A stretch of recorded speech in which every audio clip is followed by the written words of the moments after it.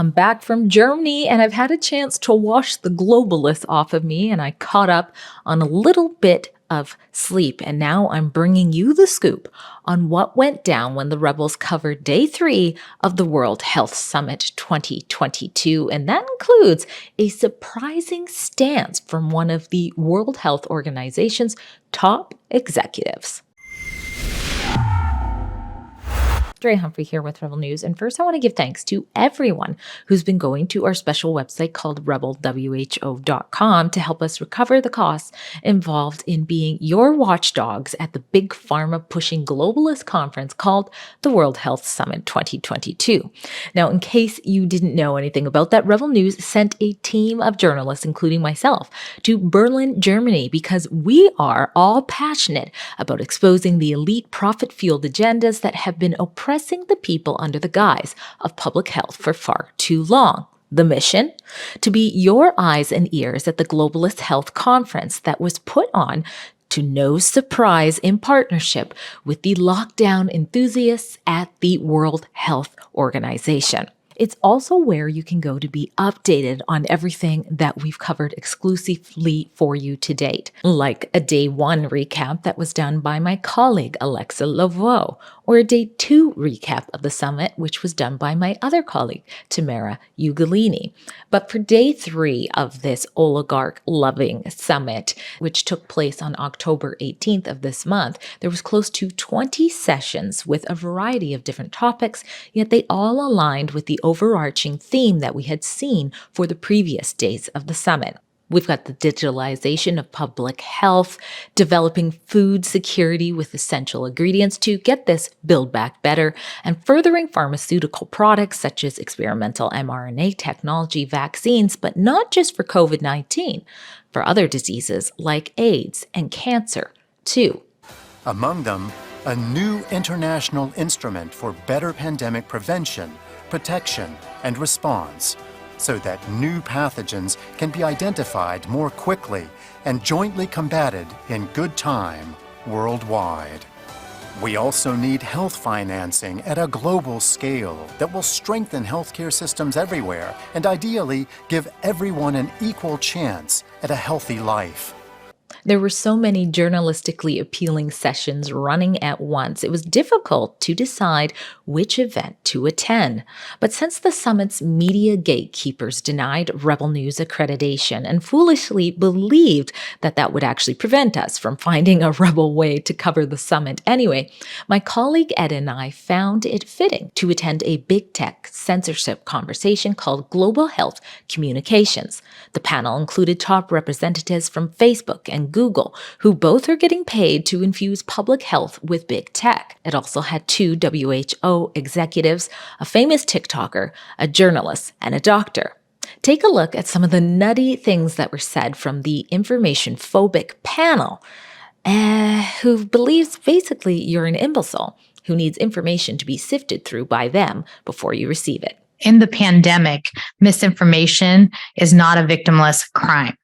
I have seen firsthand, practicing in the United States, a high-income country where vaccines were available, but patients were refusing because of misinformation. So this is something that has killed millions, and there's a responsibility that all communication platforms have. As a health misinformation problem, if we think about all of the efforts of newsrooms and platforms pivoting to tackling the COVID-19 misinformation crisis, all the efforts to pivot to combating political election misinformation crisis, sex misinformation is so axiomatic and ubiquitous that we almost don't even notice it's there anymore. But it's profoundly affecting our access to healthcare and well-being every day. What I worry about is that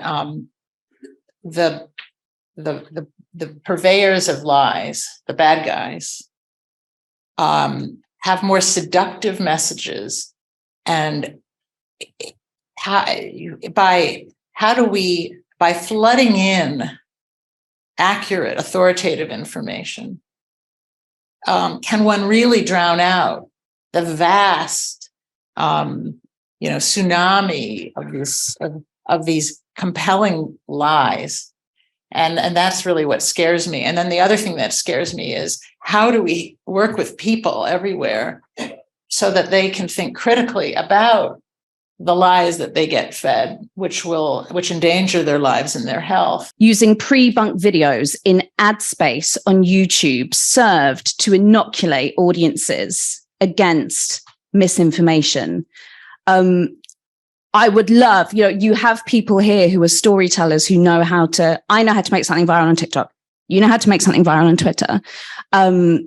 Platforms should be using us to help make these pre-bunk videos and should be sacrificing ad space so we can help get in there. And it's not always relying on our own platforms that we all build in our own time. Yeah, I agree. I think the pre-bunking idea is great. I think it's very consistent with partnerships we've had already with a lot of health organizations. So far removed, are they not?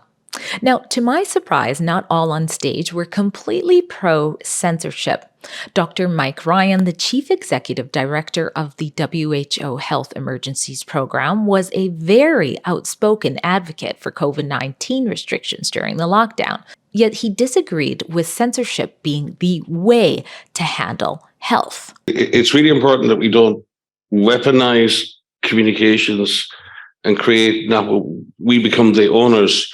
The people who put out misinformation and disinformation are the bad people. They don't get to use these weapons. We're the good people. We'll use the weapons. I think the most important thing for me, and you said it, we need to educate our kids to be consumers, skeptical consumers of all information, including the stuff we put out. I want to see healthy skepticism. I want people making informed choices about their health. And informed choices means asking the tough question, asking the easy question. I don't want to propagandize people into health because it's not sustainable. Because the challenges next year will be different, and they'll be different the year after. What I would like to see is a generation of people who ask the right questions and then can find the right information. At the moment, we're in a crisis, and I think we have to do the pre-bunking thing. But I think the long-term objective is to create people who engage with information and ask questions about their health. And, sometimes we demonize people, the anti-vaxxers and all of this. There are many people who have valid questions about putting pharmaceutical products in their bodies. And those questions are valid and they need to be engaged with and answered. At the far end of the spectrum, there are people who willfully spread disinformation and misinformation, and they're the minority. Most of us are caught up in the maelstrom. We're caught up in the rolling waves of information. And I just would like to see that much more positive engagement, giving people the skills. We had the same issue in COVID. After poking around more sessions, Ed and I found myself mingling amongst the globalists.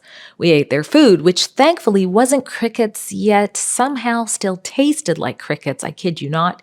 And we came across some delightfully exclusive information that I cannot wait to share you in a future report at rebelwho.com. Now, on the way out of the conference, we spotted our colleagues, two of them, Tamara Ugolini and Guillaume, working hard outside of the hotel, which was hosting the summit. One man started to become increasingly uncomfortable with the fact that Tamara had the nerve to actually practice good journalism. One thing that I didn't sort of see, and of course it's impossible to meet every conference. Sure. Yeah. Just one last thing. If there was ever sort of this indiscriminate lockdown imposed again, would you support it? I'm sorry. Yeah. Thank you for your time. Best of luck. Shortly after that, Tamara and Guillaume were told that they were no longer welcome on the property. Please do it by the line out of the hotel. Oh, okay. Thank you. Streets, yes, you. Of course. Yep. But too little, too late. The conference was over, and despite the summit blocking our accreditation so they could keep you in the dark about their inner workings of their next agendas, the rebels found a way to cover this with our boots on the ground. Anyways, Drea Humphrey for Rebel News. The World Health Summit 2022 may be over, but our journalism and what we uncovered there is just getting started.